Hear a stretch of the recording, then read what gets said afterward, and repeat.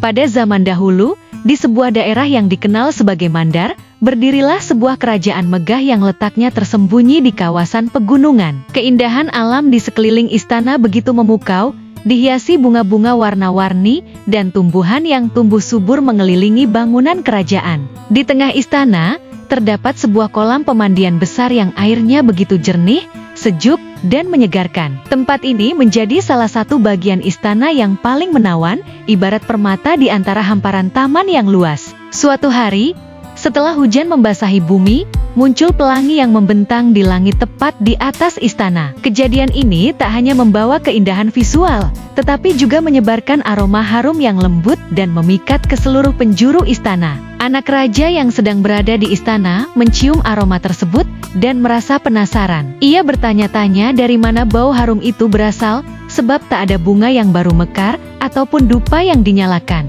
Dengan rasa ingin tahu yang tinggi, sang pangeran menelusuri setiap sudut istana, mencari sumber dari keharuman yang tercium itu. Namun, hasilnya nihil. Ia tak menemukan apapun yang bisa menjelaskan misteri bau harum itu. Ketika sampai di halaman istana, ia dikejutkan oleh pemandangan bunga-bunga yang telah habis dipetik dan buah-buahan yang lenyap begitu saja. Padahal, tak ada satupun orang yang terlihat berkeliaran di sana. Sang pangeran merasa gusar. Ia menduga ada seseorang yang diam-diam memasuki halaman istana dan mencuri hasil taman kerajaan tanpa izin. Amarahnya memuncak karena hal ini terjadi begitu saja tanpa jejak. Bertekad untuk mengetahui pelakunya, sang pangeran pun merencanakan sesuatu. Keesokan harinya, ia bersembunyi di balik pepohonan taman istana, menunggu saat yang tepat untuk mengungkap kebenaran. Tak lama kemudian, setelah hujan kembali reda, pelangi kembali muncul di langit istana. Dari kejauhan,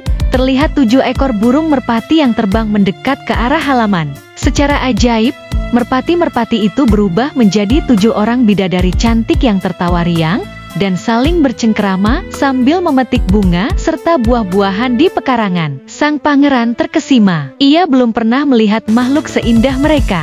Ia menyaksikan dengan mata kepala sendiri keajaiban yang selama ini hanya ia dengar dari cerita dongeng. Setelah beberapa saat, para bidadari menuju kolam pemandian di tengah istana. Tanpa diketahui, sang pangeran mengikuti mereka dengan hati-hati. Saat para bidadari mandi, sang pangeran diam-diam mengambil salah satu selendang milik mereka dan menyembunyikannya. Ketika mereka hendak kembali ke kahyangan, salah satu bidadari tak bisa terbang karena kehilangan selendangnya. Akhirnya, bidadari tersebut terpaksa tinggal di istana. Seiring waktu, ia menikah dengan sang pangeran dan mereka hidup bahagia serta dikaruniai seorang anak.